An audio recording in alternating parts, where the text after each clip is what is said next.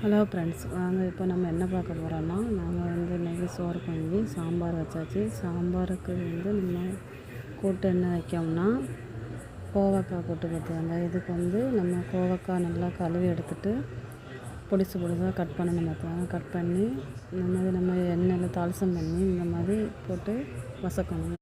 வசக்கின பிறகு உப்பு, மஞ்சத்தூள், வெத்தத்தூள் இந்த மாதிரி போட்டு நம்ம நல்லா கிண்டி விட்டு தண்ணி ஊற்றி கொஞ்சம் மூடி வச்சு வேக போடணும் பார்த்தாங்க. அதுக்கப்புறம் எடுத்து கொஞ்சம் ஒரு 5 நிமிஷம் கழித்து மாதிரி எடுத்து கிண்டி விட்டு கொஞ்சம் நல்லா ஃப்ரை ஆன பிறகு இறக்கி எடுத்துக்கணும் பார்த்தாங்க. இந்த மாதிரி நம்ம சாம்பாருக்கு இந்த மாதிரி கோவக்காய் போட்டு சூப்பராக இருக்கும். இந்த மாதிரி நீங்கள் செஞ்சு சாப்பிடுங்க, நல்லாயிருக்கும் பார்த்தாங்க.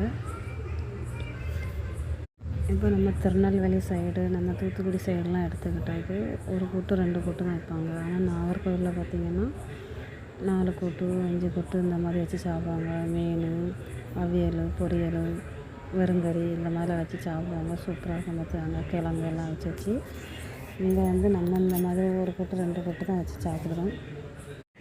பிள்ளைங்களுக்கு ஸ்கூல் லீவு டைம் நம்ம ஒவ்வொன்றா பிடிச்சது செஞ்சு கொடுத்தா பிள்ளைகளுக்கு நல்லாயிருக்கும் பார்த்தாங்க. ஒவ்வொரு நாளைக்கும் ஒவ்வொரு கூட்டு 2 கூட்டு வச்சு சாப்பாட்டுக்கு சாம்பார், மீன், கறி இந்த மாதிரி வச்சு கொடுங்க, நல்லாயிருக்கும். இந்த வீடியோ உங்களுக்கு பிடிச்சிருந்துன்னா லைக் பண்ணுங்கள், சப்ஸ்கிரைப் பண்ணுங்கள். இந்த மாதிரி ஒவ்வொரு சமையலாக நாங்கள் எடுத்து போடுவோம். எனக்கு வீடியோவை நீங்கள் பாருங்கள். ஆட்டுக்கால்லாம் எப்படி சூப்பு வைக்கிது, எப்படி சுட்டு எப்படி எடுக்கிறது, இந்த மாதிரிலாம் எடுத்து போடுவேன். அதை பாருங்கள். ஆட்டுக்கால்லாம் நம்ம சாப்பிட்டாக்கி உடம்புக்கு நல்லது பார்த்துவாங்க. கை கால் உளைச்சல் இருக்காது, முதுகு வலி இருக்காது, உடம்புக்கு நல்லா தெம்பு பார்த்துவாங்க. அதேமாதிரி நம்ம நாட்டுக்கோழியும் அந்த மாதிரி தான் இருக்கும், நல்லா அவ்வளோ சத்து. இந்த கறிக்கோழிலாம் வாங்கி சாப்பிடக்கூடாது பார்த்துவாங்க. நாட்டுக்கோழி வாங்கி சாப்பிடுங்க, உடம்புக்கு நல்லா பலனாக இருக்கும் பார்த்துவாங்க.